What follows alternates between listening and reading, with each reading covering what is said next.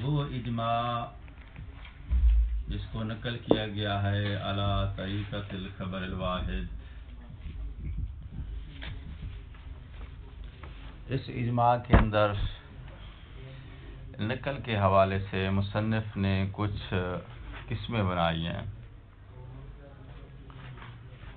ان اقسام کے حوالے سے مصنف اب یہ نقطہ اٹھائے گا کہ ان میں سے کون سی قسم کا اجماع منقول خبر واحد کا مصداق ہے اور کون سا اس کا مصداق نہیں ہے،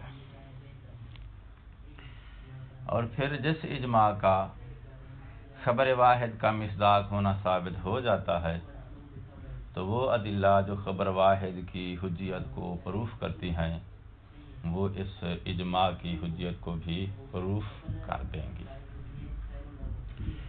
اچھا، تو اس بحث میں سارا جو زور لگایا ہے مصنف نے وہ اس ایک نقطے پہ لگایا ہے کہ یہ اجماع منقول خبر واحد کا مصداق بن سکتا ہے، بن رہا ہے یا نہیں بن رہا۔ رہی حجیت والی بات وہ آٹومیٹک پہ اس نے چھوڑ دی ہے، وہ اخبار یا وہ روایات جو خبر واحد کی حجیت کو پروف کریں گی، ہم نے اس سواری پہ اس اجماع کو سوار کر دیتے ہیں تو یہ اس کو منزل پہ لے جائے گی۔ سوار نہیں ہو سکتا ہے تو پھر اس کی حجیت کا ثابت ہونا مشکل ہے۔ واضح ہو رہی ہے بات؟ اچھا، قبل اس کے کہ اب ہم اقسام کے بیان کی طرف آئیں جو ہم نے گزشتہ درس میں بیان کر رکھی ہے، سب سے پہلے یہ سمجھو کہ خبر واحد ہے کیا چیز، تاکہ پھر مصداق کو اس کے دائرے میں درج کرنے کے لیے ہمیں ایک آسانی ہو جائے۔ خبر واحد وہ ایک طریق حسی ہے معصوم کے قول تک پہنچنے کا، معصوم کی رائے تک پہنچنے کے لیے ایک طریق الحسی ہے۔ طریق حسی سمجھتے ہو؟ حواس خمسہ میں سے ایک زبان ہے، ٹھیک ہے نا؟ معصوم نے ارشاد فرمایا، راوی نے، سامع نے قوت سامعہ کے ذریعے وہ حس ہے اس کو درک کیا ہے، ٹھیک ہے؟ اسے کیا بولتے ہیں؟ طریق الحسی، جو کہ مشتمل ہوتا ہے علی اللسان والسماعات۔ معصوم کی رائے کو حاصل کیا ہے کس طریق سے؟ عن طریق الحس۔ اور معصوم کی رائے کو حاصل کرنے کا دوسرا طریقہ ہے وہ ہے عن طریق الحدث۔ حدث سے مراد کیا ہے؟ حدث سے مراد یہ ہے کہ معصوم کی رائے اس کلام پہ لازم آتی ہے، یا اس کلام ہے، قول ہے، عمل ہے، کوئی شے ہے، عمل لے آؤ یا قول لے آؤ، معصوم کی رائے اس پہ لازم آتی ہے، اور جو چیز لازم آتی ہے وہ لازم، ملزوم اور لزوم اور رشتے کی بنا پہ، لزوم کے رشتے کی بنا پہ لازم آتی ہے۔ اچھا، جب لزوم کے رشتے کی بنا پر آتی ہے تو اس لزوم والے رشتے کی بنا پہ عقل جب معصوم کی رائے کو کشف کرے گی تو عن طریق الحس کشف نہیں کرے گی، عن طریق الحدث کشف کرے گی۔ بات ذہن میں آ رہی ہے نہیں آ رہی؟ اچھا، تو معصوم کی رائے کو کشف کرنے کے دو طریقے ہیں، ایک طریقہ الحس ہے، ایک طریقہ الحدث ہے۔ طریق یعنی راستہ، وسیلہ۔ اور خبر واحد وہ کون سا طریقہ ہے؟ طریق حسی ہے۔ تو اب آ جاتے ہیں منقول میں، اجماع منقول میں۔ جو اجماع منقول سبب حسی بن رہا ہے معصوم کی رائے تک پہنچنے کا، وہ خبر واحد کے دائرے میں داخل ہو جائے گا، اس کا مصداق قرار پا جائے گا۔ اور جو اجماع منقول سبب حسی نہیں بن رہا ہے وہ خبر واحد کے مصداق میں شامل نہیں ہو سکے گا۔ جلدی ہو گئی ہے، ایک لفظ اور اضافہ کریں اسی بیان کے اندر۔ ایک ہے رائے معصوم اور ایک ہے وہ سبب جس کے ذریعے آپ نے معصوم کی رائے تک پہنچنا ہے۔ حسی اور حدسی کی تقسیم ہم سبب کے اندر دے رہے ہیں، معصوم کی رائے جو کہ مسبب ہے اس کے اندر نہیں دے رہے۔ معصوم کی رائے خود وہ حسی بھی ہو سکتی ہے، حدسی بھی ہو سکتی ہے، اور دونوں صورت میں ہمیں وہ حاصل ہو جائے تو حجت ہے. تو جو ہے معصوم کی رائے حصی ہو یا غیر حصی ہو، دونوں صورتوں میں ہمارے لیے حجت ہے. ہم یہ دو قسمیں معصوم کی رائے یعنی مسبب میں نہیں بیان بنا رہے، بلکہ کس کے اندر بنا رہے ہیں؟ سبب کے اندر بنا رہے ہیں.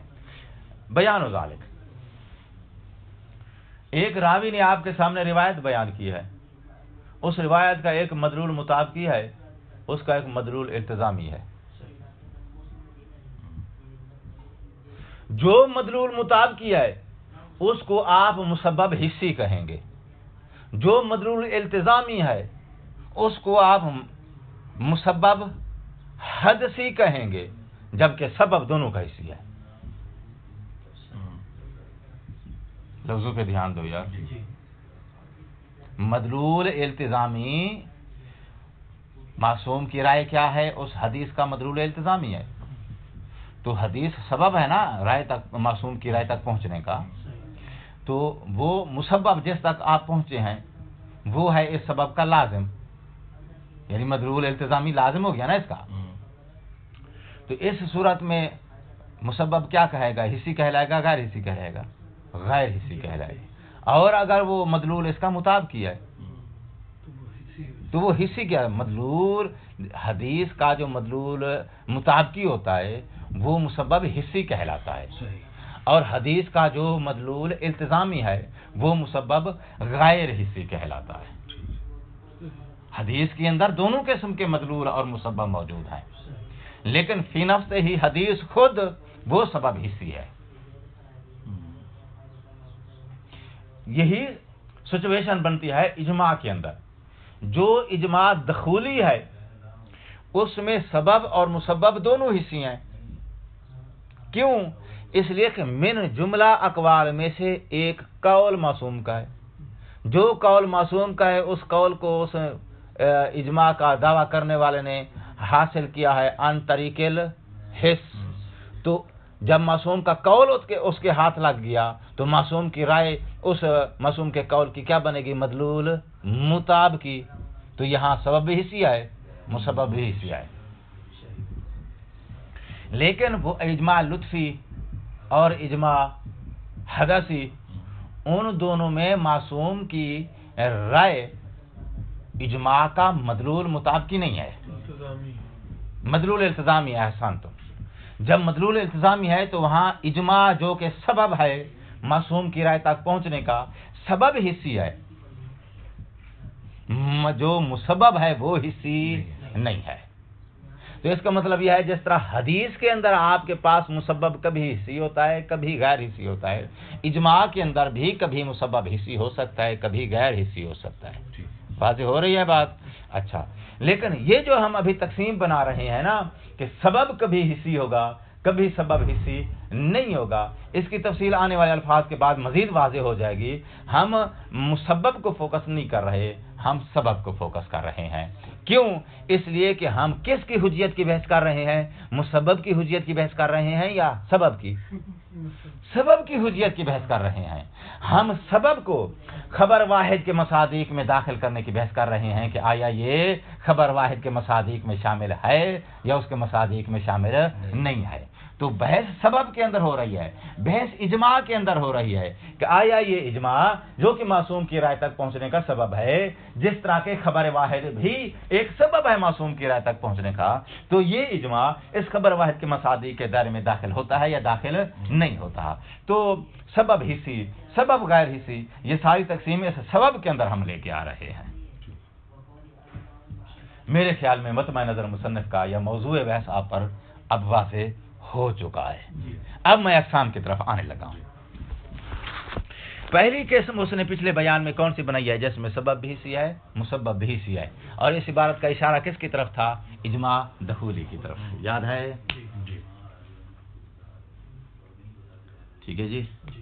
مصنف کہتا ہے کہ یہ والی قسم نقل اجماع منقول کی، یہ والی قسم یعنی اجماع کو نقل کیا جائے اس طریق پر کہ جس میں سبب اور مسبب دونوں حصے ہیں، فلا اشکالہ، یہ والا اجماع خبر واحد کے مصادیق میں سے ہے. جب اس کے مصادیق میں سے ہے تو پھر اگلی بات فوراً جو ہے وہ سامنے آ جائے گی، کیا؟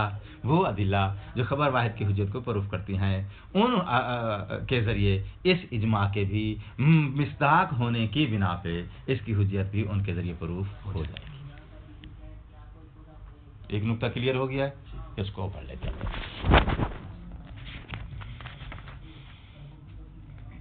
الامر الثالث، تیسرا نقطہ، انہ لا اشکال فی حجیت الاجماع المنقول، اجماع منقول کی حجیت میں کوئی شک نہیں ہے۔ اس کی حجیت کیسے ہوگی بھائی؟ بے ادلت حجیت الخبر واحد، واحد کا لفظ میں نے لگایا توضیحاً، ان ادلہ کے ذریعے اس کی حجیت ثابت ہوگی، یعنی بے جو ہے اس لفظ حجیت کے ساتھ تعلق رکھتا ہے، یعنی حجیت ثابتۃ بادلۃ، وہ حجیت جو کہ ثابت ہے کن ادلہ کے ذریعے؟ جو ادلہ خبر واحد کی حجیت پہ دلالت کرتی ہے۔ وہاں کرو نا، اچھا بھائی، کس وقت اجماع منقول کی حجیت میں شک نہیں ہے؟ اذا ناقلہ، جب نقل کرنے والا ہو اس اجماع کو نقل کرے۔ کیسے نقل کرے؟ ایسے نقل کرے کہ اذا کان نقل ہو، معذرت چاہتا ہوں، یہ نقل ہو جو کانا کا اسم ہے، اذا کان نقل ہو، اس اجماع کا نقل کرنا متضمن ہو، کس چیز کو متضمن ہو؟ یعنی وہی نفس النقل جو ہے، وہ نقل جو ہے متضمن ہو، کس چیز کو متضمن ہو؟ لنقل السبب والمسبب عن حس، سبب اور مسبب دونوں کو عن حس، حس کے طریق پہ نقل کرے۔ عن حس کا تعلق نقل کے ساتھ ہے، سبب اور مسبب کو نقل کرے، وہ نقل کرے عن حس، حس کے طریق پہ نقل کرے۔ ٹھیک ہو گیا؟ اچھا، تو اب آپ کہیں گے بھائی یہ تو حضور کے زمانے میں، مشاہدے کے زمانے میں ممکن ہے، غیبت کے زمانے تو ممکن نہیں ہے۔ تو غیبت کے زمانے کے حوالے سے مصنف کہتا ہے، غیبت کے زمانے میں اگر ہم قائل ہو جائیں کہ یہ والی اجماع یا اجماع کو اس طریقے پر نقل کرنا ناپید نہیں ہے، اگر قائل ہو جائیں تو، مگر نہ یہ کیسے محدود ہو جائے گی حضور اور مشاہدے کے زمانے تک۔ غیبت کے زمانے میں اس اجماع منقول کے اس طریقے پر نقل کرنے کا، یعنی حس والے طریقے پر اجماع کا نقل کرنا، یہ غیبت کے زمانے میں تبھی ممکن ہے کہ اگر ہم قائل ہو جائیں کہ غیبت کے زمانے میں یہ اس طریقے پر اجماع کا نقل کرنا ناپید نہیں ہے۔ اشارہ سمجھ گئے ہو؟ کیونکہ غیبت کے زمانے میں معصوم سے ملاقات، معصوم کی زیارت، معصوم کا مشاہدہ عموم نہیں ہے، عمومی نہیں ہے، ٹھیک ہے؟ شاذ و نادر آئے، عموم کا مد مقابل نادر لے آئیں گے، جب نادر لے آئیں گے تو پھر ان طریق الحس، غیبت کے زمانے میں اجماع کو نقل کریں آپ اور معصوم کی رائے کو نقل، یعنی معصوم کی رائے کو ان طریق الحس حاصل کریں، ان طریق الحس نقل کریں غیبت کے زمانے میں۔ غیبت کے زمانے میں کہ جس زمانے میں معصوم سے آپ کی رائے کو ان طریق الحس لینا جو ہے وہ ناپائد ہے، تو اس زمانے میں کہتا ہے اگر آپ ناپائد ہونے کے قائل نہ ہوں تو پھر اس دور میں بھی ایسا ہو سکتا ہے۔ لو لم نقل، یہاں عبارت ہے لو لم نقل لو لم نقل بان نقلہ کذالک، کذالک کا اشارہ کدھر ہے؟ ہو کی ضمیر جا رہی ہے سبب اور مسبب کی طرف، یعنی نقل السبب والمسبب، ٹھیک ہے؟ کذالک کا اشارہ حس کی طرف ہے، سبب مسبب کو حس کے طریقے پر نقل کرنا فی زمان الغیبت، غیبت کے زمانے میں، لم نقل موہون جدا، اگر ہم بان نقلہ موہون، اگر ہم کہیں کہ غیبت کے زمانے میں یہ موہون نہیں ہے، یعنی ناپید نہیں ہے، غیبت کے زمانے میں اجماع کو حس کے طریقے پر نقل کرنا، یعنی سبب اور مسبب کو ان طریق الحس نقل کرنا، غیبت کے زمانے میں اس کے ناپید ہونے کے قائل نہ ہوں، اگر ناپید ہونے کے قائل ہو جائیں موضوع منتفی،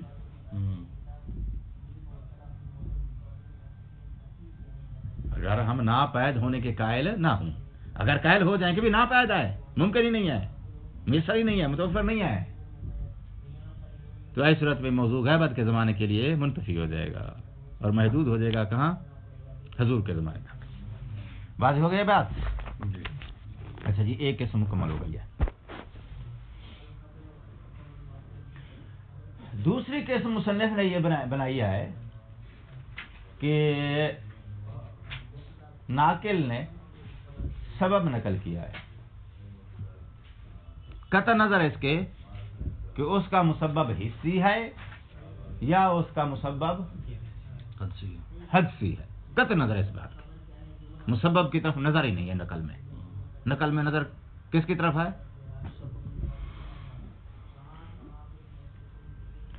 اچھا جو پچھلی بات ہے نا وہاں اس نے کہا کہ سبب بھی حصی ہے مسبب بھی حصی ہے، اور اگر آپ کہہ دیں کہ سبب حصی ہے مسبب غیر حصی ہے تو بھی چلے گا.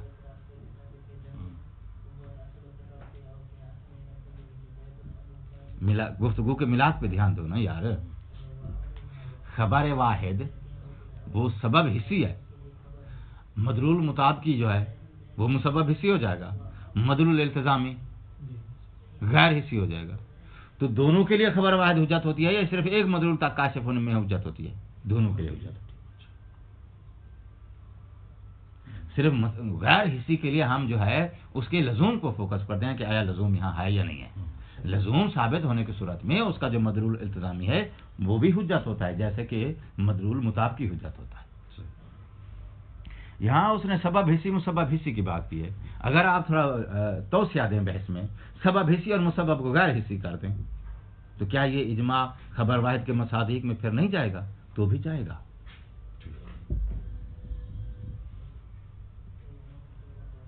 تو بھی یہ جائے گا.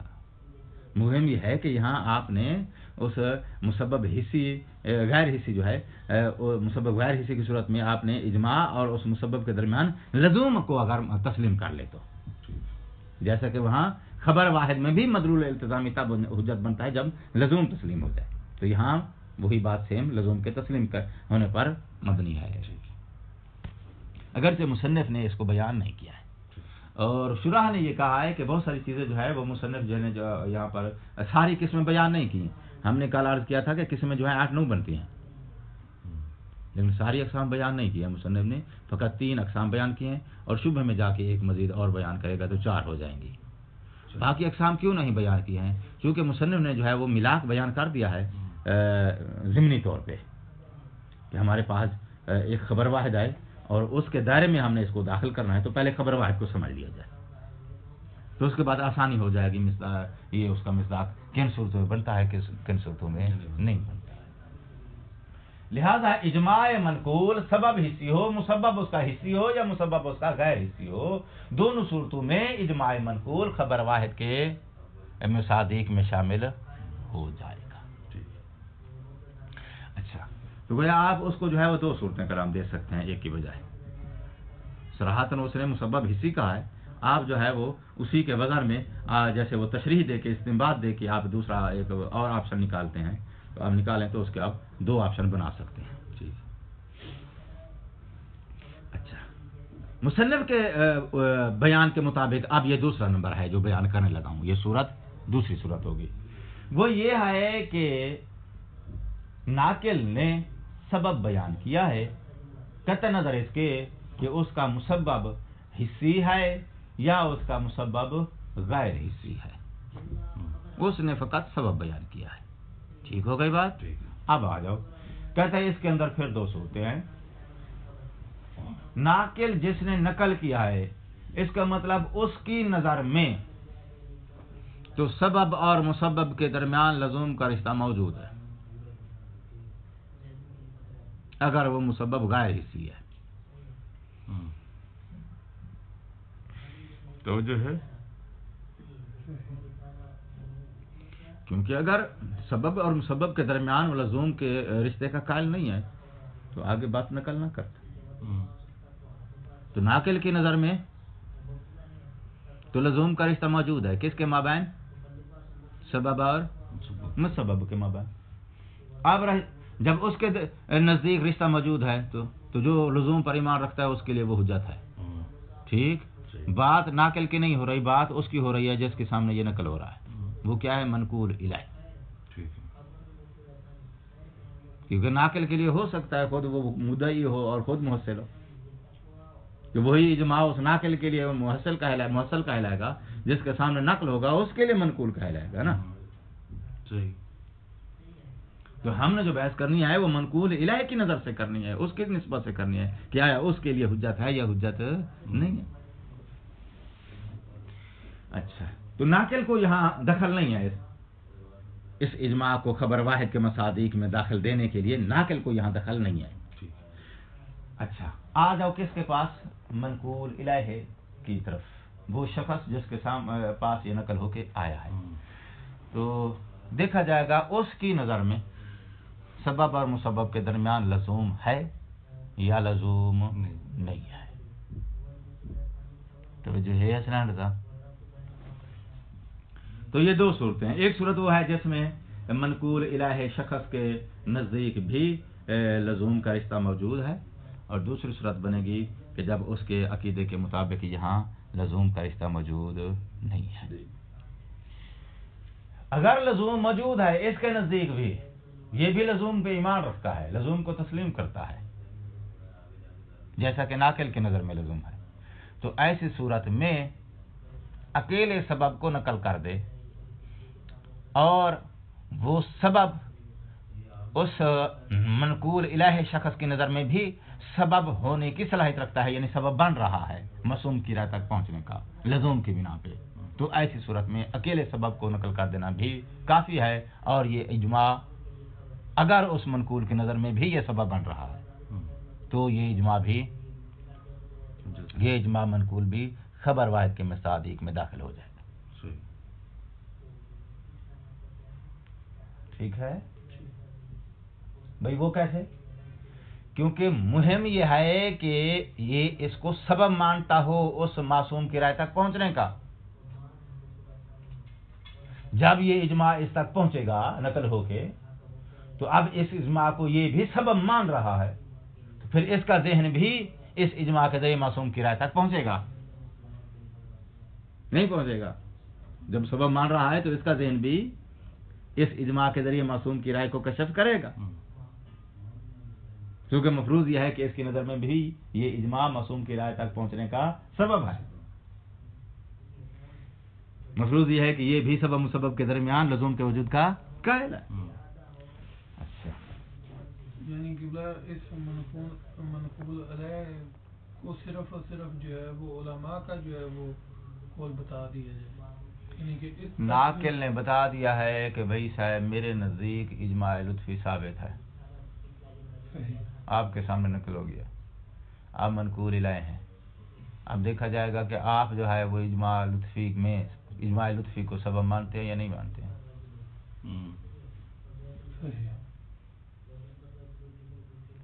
ناقل نے نقل کیا ہے کہ بھائی مجھے اجماع حدسی حاصل ہوا ہے، آپ تک پہنچا ہے. آپ دیکھا اجماع حدسی اور لطفی دونوں میں جو ہے وہ معصوم کی رائے لازم ہوتی ہے، اور یہ سبب اس کا اجماع اس کا سبب ہوتا ہے. ٹھیک جی. تو منقول الہی شخص جو ہے اگر کہہ دے کہ بھائی میں اجماع لطفی اور اجماع حدسی ان دونوں کو معصوم کی رائے تک پہنچنے کا سبب نہیں مانتا ہوں، جب سبب نہیں مانتا سبب وہیں پہ کینسل. ٹھیک ہے نا، فقط کیا رہ جائے گا؟ مسبب.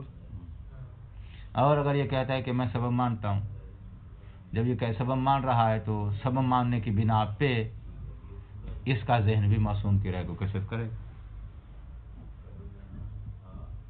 پہلے صورت میں وہ بنا سبب مسبب کیسے مان لے گا؟ ناقل نے نقل کیا ہے سبب کو، سبب سے مراد اجماع ہے. ٹھیک ہے نا، کس کے سامنے نقل کیا ہے؟ ایک دوسرے شخص کے سامنے. جب دوسرے شخص کے سامنے آیا تو دوسرا شخص جو ہے اس کے سبب ہونے کو تسلیم کرتا ہے یا سبب ہونے کو تسلیم نہیں کرتا. سبب ہونے کو تسلیم کرنے کا مطلب یہ ہے کہ سبب اور مسبب کے درمیان یہ لزوم پہ ایمان رکھتا ہے یا لزوم پہ ایمان نہیں رکھتا. اگر مان لیا جائے کہ یہ منقول الہی شخص یہ بھی اس اجماع کو سبب مانتا ہے معصوم کی رائے تک پہنچنے کا، اور یہ بھی معصوم کی رائے اور اس اجماع کے درمیان لزوم کے وجود کا قائل ہے، تو ایسی صورت میں یہی سبب جس کو اس نے نقل کیا ہے، جس طرح اس کا ذہن معصوم کی رائے تک پہنچا تھا، وہ رائے تو نہیں ہے اس کا نقل کر رہا ہے، اجماع نقل کر رہا ہے. یہ اسی پہ ایمان رکھ کے آپ خود بھی یعنی کہنا یہ چاہتا ہے کہ لازم اور ملزوم میں صرف ایک شے نقل کی جاتی ہے، دوسری تک انسان کا ذہن خود پہنچتا ہے۔ ٹھیک جب خود پہنچتا ہے تو اس کو اس نے نام کیا دیا ہے؟ یہ صرف سبب کا نقل کا نام دیا ہے، نقل و سبب فقط۔ ٹھیک واضح ہو رہی ہے بات؟ بات ہے۔ تو اب وہ شخص جس کے سامنے اس اجماع کو نقل کیا گیا ہے وہ لزوم کا قائل ہے، وہ اجماع کو معصوم کی رائے تک پہنچنے کا سبب مانتا ہے، تو ایسی صورت میں یہ اجماع خبر واحد کے مصداق میں شامل ہو جائے گا، کیونکہ اس نے اجماع کو سبب مان لیا معصوم کی رائے تک پہنچنے کا، اور خبر واحد کیا ہوتی ہے؟ وہ بھی سبب ہوتی ہے معصوم کی رائے تک پہنچنے کا۔ تو اس نے اجماع کو سبب مان لیا، جب مان لیا ہے تو پھر سبب ماننے کی بنا پہ یہ اجماع خبر واحد کا مصداق قرار پائے گا۔ جب مصداق قرار پائے گا تو پھر وہ ادلہ جو خبر واحد کی حجت کو پروف کرتی ہیں اس کی حجت کو پروف کریں گی۔ بلکہ وہ کہتا ہے کہ اگر وہ منقول الہ شخص اس کے سبب ہونے کا قائل ہے اور وہاں لزوم کو تسلیم کرتا ہے، تو چونکہ وہ اس کے سبب ہونے کا قائل ہو گیا ہے تو یہی اجماع جو اس کے پاس نقل ہو گیا ہے اب یہ اس کے لیے منقول الہ نہیں بلکہ خود محصل کی حیثیت اختیار کر جائے گا، بھلا وہ یہ نقل ہو گیا ہے۔ کیوں محصل کی حیثیت اختیار کر لے گا؟ کیونکہ اس نے معصوم کی رائے تک پہنچنا ہے اس بنا پہ کیونکہ وہ اس کو سبب مان رہا ہے۔ معصوم کی رائے تک وہ جو پہنچا ہے نا اس منقول ہونے کی وجہ سے نہیں پہنچا ہے، یعنی اس اجماع کو اس نے معصوم کی رائے تک پہنچنے کا جو وسیلہ بنایا ہے وہ اس بنا پہ نہیں کہ یہ منقول ہے، بلکہ اس لیے جو ہے کیونکہ وہ یہ اس تک پہنچنے کا سبب ہے۔ یعنی جو ناقل ہے جو نقل کر رہا ہے وہ اس کے لیے ضروری ہے کہ وہ حدثی ہو، جو ناقل ہے اگر وہ اول شخص ہے تو اس کے لیے تو وہ محصل ہی ہوگا نا، یعنی یہ دوسرے سٹیپ پہ یہ دوسرا جو جس کے سامنے اب نقل ہو کے آیا ہے۔ اصل تو وہی ہوگی نا کہ کہ وہ دخولی ہے اور حصی ہے نہ کہ حدثی، اور یہ تو اس کے لحاظ سے یعنی کہ ناقل الہ کے لحاظ سے جس کی طرف نقل ہو رہا ہے اس کے لحاظ سے وہ قسم بن گئی ہے۔ دیکھیں جو شخص نقل کرنے والا ہے وہ ہے اجماع کا مدعی، ٹھیک ہو گئی بات؟ اچھا اب ہم پچھلی قسم بیان اگر اس بات کو جو ہے وہ دخولی کی طرف ملائیں گے تو پچھلی قسم کی طرف چلے جائیں گے جس میں سبب اور مسبب دونوں حصی ہوتے ہیں۔ اب ہم دوسری قسم کو ڈسکس کرنے لگے ہیں۔ دوسری قسم جو ہے وہ اجماع دخولی کی نہیں بن سکتی ہے کیونکہ اجماع دخولی میں کنفرم ہے کہ مدلول حصی ہوتا ہے، مسبب حصی ہوتا ہے۔ جب مسبب حصی ہوتا ہے تو مسبب حصی میں سبب اور مسبب دونوں ایک ساتھ ہوتے ہیں اور دونوں کو آپ الگ الگ نہیں کر سکتے، ٹھیک ہو گئی بات؟ اب آ جاؤ مسبب غیر حصی میں۔ مسبب غیر حصی میں چونکہ وہاں لازم ملزوم کا رشتہ ہوتا ہے تو اس بنا پہ وہاں فقط جو ہے وہ ایک چیز کا نقل و سبب شمار ہوگا، نقل و مسبب شمار نہیں ہوگا، ٹھیک ہے نا؟ کیوں نقل و مسبب شمار نہیں ہوگا؟ کیونکہ جس کے ہاتھ میں یہ سبب لگے گا وہ اس کو اگر وہ سبب مانتا ہے تو خود اس کے سبب ہونے کی بنا پہ مسبب تک اس کا ذہن خود جائے گا۔ تو مسبب تک وہ جس کی طرف نقل ہو کے یہ گیا ہے سبب اس کا ذہن منقول الہ شخص کا ذہن اس سبب کو استعمال کر کے خود مسبب تک پہنچے گا، نہ کہ مسبب اس کے پاس نقل ہو کے آیا ہے۔ مسبب اس دوسرے شخص کے پاس نقل ہو کے نہیں آ رہا، اس کے پاس سبب نقل ہو کے آ رہا ہے۔ اب اگر اس کے وہ سبب مانتا ہے تو سبب ماننے کی بنا پہ اس کے مدلول اور مسبب تک اس کا ذہن اس سبب کو استعمال کر کے خود پہنچے گا۔ جب خود پہنچے گا تو پھر آپ مسبب کو آپ نقل کا نام نہیں دے سکتے۔ اس وجہ سے اس نے کیا نام دیا ہے؟ نقل و سبب فقط۔ لفظ فقط میں اس نے صرف سبب کے نقل صرف سبب کے نقل ہونے کو فوکس کر رہا ہے، یعنی منقول ناقل کا ذہن میں جو منقول ہے ناقل کے ذہن میں رہ جائے گا، جو منقول الہ شخص ہے اس کے ذہن میں وہ مسبب نقل ہو کے نہیں آئے گا۔